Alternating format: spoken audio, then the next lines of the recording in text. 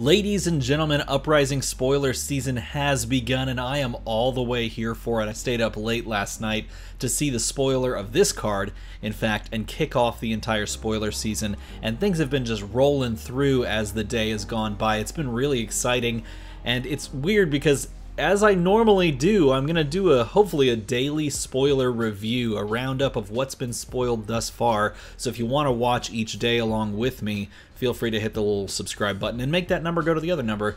But it's weird because it's like when everything is this condensed, everything's happening right now, there's probably going to be like a spoiler put out literally while I record this video. So I'm just going to do the ones that are out currently, including and starting with DRACONIC Ash Artist. I want to start by saying this. You should 100% click the link down in the description, and you should go watch all the content created by the content creators, various personalities that have put time and effort into however and whatever form and whatever method they spoiled these cards. I'm gonna say that right now. The work that goes into like making these spoiler videos or writing these articles, that sort of stuff, is huge, and your support for those content creators and those personalities spoiling these cards is greatly appreciated. So definitely go check out every one of these in the link in the description and watch all their videos because they're pretty cool. DRACONIC Ash Artist is our new Draconic Illusionist hero, and she makes wizards really sad. She has 4 intellect and she has 40 health, and she says whenever you pitch a red card, create an Ash token. A red card, by the way, is based on the parenthetical text, the literal, like, the strip on top. If it has a red strip, like for example this Nourishing Emptiness has a red strip, it is a red card. So they're described in the parenthetical text. It also says if you've played a red card this turn, dragons you control have go again while attacking. Now let's first of all, in order to understand this, she's revolving all around red pitch. In order to get this, you have to understand what Ash is, because again, she creates Ash if you pitch red cards, which is generally not very good unless you're setting up for late game, which could be what you're doing. Draconic Illusionist token, this is not an aura, this is just a token, and it is Ash. It says material. That is a new keyword, assuming that is just a keyword that can blanket onto a variety of different things that allows it to stay out in the field and then can also interact with certain objects, because it says while Ash is under an object, that object has Phantasm. Now Phantasm is a keyword that already connects to Illusionists, so this is a cool way to connect Illusionists across, I guess, talent lines is the better way to say it. It connects the class with, this one unified keyword of Phantasm. If you block the attack with a 6 power attack yourself, the Phantasm pops, the illusion is vanished. Ash here is a material that has to be put under something as a cost, essentially. And if you do that, or when you do that, you will give that thing Phantasm. So there's a way to destroy it if you block with it. Now, what dragons could you possibly be putting on top of this Ash, transforming this Ash into? Well, Aether Ashwing is a dragon that you can very easily access because it is a 1 attack, 1 health token ally. It's a Draconic Illusionist token dragon ally, and it just comes across for 1. It just attacks for 1. It's a little 1/1 creature. If you've played any other trading card game ever, this is a 1/1. Like Hearthstone, Magic the Gathering, whatever, this is a 1/1. Now the crazy thing about this is it also has Arcane Barrier 1. So this little 1/1 that is a permanent on the field that can just go out and attack also allows you to block Arcane Barrier by just being around. Your opponent can, like, not kill these Aether Ashwings, and if they throw, like, I don't know, Rune Chants at you or something like that, and your Aether Ashwings are not targeted by some previous attack, they allow you to pitch into them without subbing out, like, a piece of equipment for Arcane Barrier, which is pretty disgusting and pretty gross. It's pretty good value for a 1/1. And remember, you're going to be able to create Ash tokens by pitching red, and you're going to give your dragons, these Aether Ashwings, go again if you play a red card. So keeping that in mind, this Aether Ashwing could, multiple of these I should say, could just come across at your opponent in the same way that Spectral Shields do. Spectral Shields for Prism can act as basic, like, little Kodachis, little pokes, but they can soak damage. Aether Ashwings are 1/1 permanents on the field that have to be targeted to be removed. They don't die from like over damage not being blocked, right? But they also allow you like Arcane Barrier, and they can just constantly be poking your opponent, right? Storm of Sandakai is the weapon that you could use, and probably is the weapon that you find in the Blitz decks, the starter deck, right? It is the Draconic Illusionist weapon. It's a scepter, which is really cool. Technically, I don't think you wield a scepter with 2 hands, but this is a 2-handed weapon, and it says dragon allies you control have once per turn action, pay 0 to attack. So it's Luminaris, you know, it's the casual Luminaris, but it only works for dragon allies, which I think is funny because dragon allies is like future keyworded or future like proofed. So if there's other allies that she could access, those don't get go again, but dragon allies do. So this Aether Ashwing does get the old pay 0 attack. And then of course, if you played a red card, then you get go again. So what we have here with this hero, this brand new hero, and I'm going to go all the way back, is a red-centered deck that asks you, perhaps early, to create the Ash by pitching away red cards to pay for something. And then later in the game, you've stacked up all these Ash tokens. You start using these Ash tokens to turn into Aether Ashwings.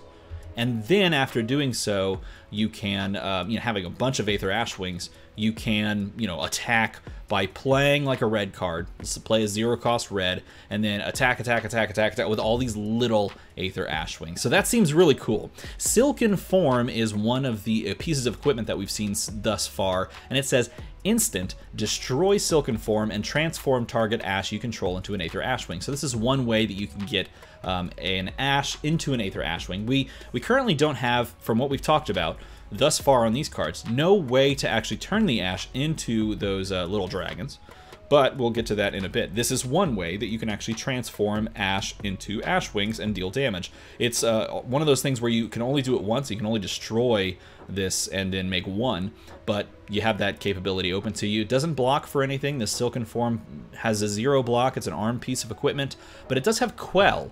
And Quell is an interesting keyword that's new. It says Quell 1. If your hero would be dealt damage, you may pay 1 resource to prevent 1 of that damage. And if you do, destroy Silken Form at the beginning of the end phase. So in other words, you can pitch into this multiple times throughout the turn. This acts as sort of like a node, like a Metacarpus node, I believe, because it says if you'd be dealt damage, you can pay 1 to prevent 1. If you destroy, or if you do destroy it at the beginning of the end phase, but I don't think it keeps you from doing it again. I'm pretty sure that you can pitch into this. Basically, you decide the turn that you want to destroy this, and you pitch into it, and you stop 1, and I believe it stays up until the end phase. And then you keep doing that. Now, if I could be wrong here because this hasn't been, in heavily detailed discussed, I could be wrong, but I do believe that it is still open for you to pitch into. Either way, it's a cool little side keyword that acts as sort of like Arcane Barrier, but it also applies to physical damage. It's a pretty cool little effect. I kind of like that. Billowing Mirage, cost 1, it's a red, this is a common, it comes in 3 different forms. It attacks for 3, it is a Draconic Illusionist action attack, blocks for 3, and the nice thing about this is if you pitch a red for this, by pitching that red you're creating an Ash, and then by playing this red card, I believe you are giving your Draconic attacks go again, your dragons go again. When you attack with Billowing Mirage, you transform up to 1 Ash you control into an Aether Ashwing, so you basically turn an Ash into a dragon. And then this has go again. And then if you pitched a red to play this card, you've pitched a red, you've played a red, so that you can attack for 3, go again, attack with the little dragon. It's pretty cool. That's a good card. Rake the Embers, also a good card. Cost 1, it is a red. Blocks for 2, which is generally correct because this is an action. It's a non-attack action. It's non-attack action. Generally, class cards and just in general, class attacks block for 3 and non-attacks block for 2. Some classes are a little different like that. The classes that are almost all non-attacks, like Wizard and Warrior, those all block for 3 usually. But in this case, this blocks for 2, and it says create an Ash token. So you make 1, and then transform up to 3 Ash you control into Aether Ashwings. So this will create you 1, And then if you pitch a red for this, that effect, Dromai will create you one. And then you can turn at least those two, and if you have another one left over, into little dragons. So you've played a red card, you've pitched a red card, then all three can attack. That's super cool. Oh my god, so many little dragons are going to be flying around in Vegas. It's going to be fantastic, everybody. It's going to be so good. Skittering Sands goes down as the best named card thus far because the word skittering, that word is awesome. Costs 0, so you can't actually pitch the red for this, but you can play it. Blocks for 2, it is an action, a non-attack. It says transform target Ash you control into an Aether Ashwing. It gains +3 until the end of the turn, so basically you have a little dragon that can attack for 4. It's like a weapon. It's like a 0 for 4, really, which is kind of nice if you think about it that way. It's a 0 for 4. Like what weapon is a 0 for 4? There are no weapons that are 0 for 4s. But keep in mind, all these little Ashwings can be blocked by a 6-power attack, and all are destroyed, I believe. Believe that is the case. But this does have Go Again, and so you can stack onto it. This is a really cool card. I feel like these kind of cards, like Rake the Embers, that are red, that cost 1, do all the things that meet Dromai's like capabilities. But this card only does the first half, or really the second half, in that you play the red card. And so you kind of have to build up the Ash in order to trigger something like this, make it work. But it's still a really cool, and it has the best name thus far. Sand Cover seems gross.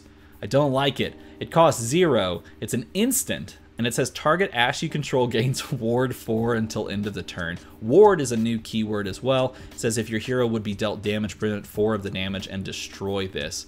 And then it has a really cool little proverb at the bottom. It says, "A million insignificant grains will choke even the mightiest of dragon." Old Volkai proverb. That is a cool little quote there at the end. Now, this card is interesting in the fact that it's an instant. It reminds me of Steadfast. When you play Steadfast, you block 4 damage, or 6 damage. Most people play the red Steadfast. You block 6 damage, but you have to pay for it. In this case, it's like a 0 for 4 at an instant speed that blocks the damage. That can block any type of damage, but it's also kind of like a defense reaction. It's like Sink Below. It's like a 0 for 4 Sink Below, right? But it can apply to arcane damage. This is such a cool card. Like, that card right there is like the Draconic Illusionist staple. That card's really cool. Like, defense reaction, instant block damage staple. That card's gonna see some play, man. And finally we come to dragons. Well, really just one dragon. Invoke Dominia. Cost 4. It is a legendary dragon. You can only have one Invoke Dominia in your deck. And you transform target Ash you control into Dominia. Go again. So you need to have 1 Ash. You need to be able to pay 4 for this. Now, everything we've talked about up until this point has led to you having a lot of reds in your deck, but this card requires you to have a lot of pitch accessible. Okay, so you have to have at least 4 pitch. That's your entire hand in this in Arsenal, if your entire hand is red. Really, more realistically, you're going to be having blues and reds as a mixture in your deck, or you're going to be setting this up for like a second cycle where you stack this next to some other cards like blues and things like that. But either way, you're creating a dragon. Now, the interesting thing about this is Invoke, you flip the card over, which is really cool. So you flip the card over, and on the back you have a 4-power, 4-health Dominia dragon. And it says whenever Dominia attacks a hero, reveal the top card of your deck. If it's a red card, look at their hand and banish a card from it, which is gross. That is super gross. First of all, I just want to point this out. Just by playing this card, you're able to give Go Again to your dragons.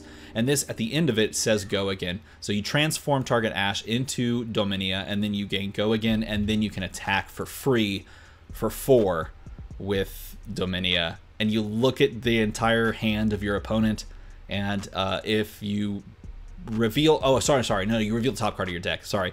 You reveal the top card of your deck. If it's a red card, you look at their hand at that point, and you banish a card from it. The point I was trying to get at is that you get to look at their hand and then take 1 card away from them that they can never have access to for the rest of the game. Because you banish it, and then it's gone. Which means that Dominia is a must-remove creature, which essentially just sits on the battlefield as an ally and says, okay, send your best 4 attack at this. You can't defend. Technically, you can't defend Dominia, because remember, allies are not able to be defended. I don't think it has the text on it. No, it doesn't. You can't defend or protect these in any way, shape, or form. If someone targets Dominia with like a 4-power attack, it's going to die. The dragon dies because that's just how it works. But doesn't even matter because you just take away a card from him. It's super gross. And yes, this card does come in Marvel rarity, and it looks beautiful. Look, okay, we already know 2 of these dragons come in Marvel rarity. We can expect the 3rd one to as well. Illusionist is one of those classes that people are just going to totally bling out. They're going to get all of the foils for. We've already seen it with Prism. It continues. It's so good. It continues with Dromai as well, which is super cool. This is going to look incredible in the old Cole foil full art. It's going to look super good. And finally, I think this is the final card we'll talk about today, Lava Burst.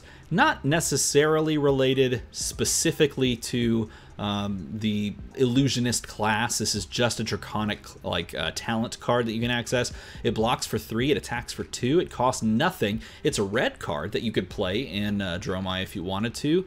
And it has this keyword that's new as well, Rupture. And Rupture is a keyword that will trigger its effect if this is the chain link 4 or higher. So you can attack with 3 dragons and then play Lava Burst. And if you do, it gains +3 attack. So Lava Burst comes for 5. With the cool text that says, as the insurgency reached a boiling point, even the Volkheim monks let their temper flare. We got to get some monk class stuff in this game. That would be sick as well. These cards are so incredible, and I'm not gonna lie, I love the aesthetic. Like the desert aesthetic and the dragons and the fire. Oh, it's just, this is so cool. Oh my gosh. I need more spoilers. Guys, if you want to see my spoiler, it's on Monday. It's gonna be in the evening, probably like 6 p.m. Central Time is probably when I'm gonna post it.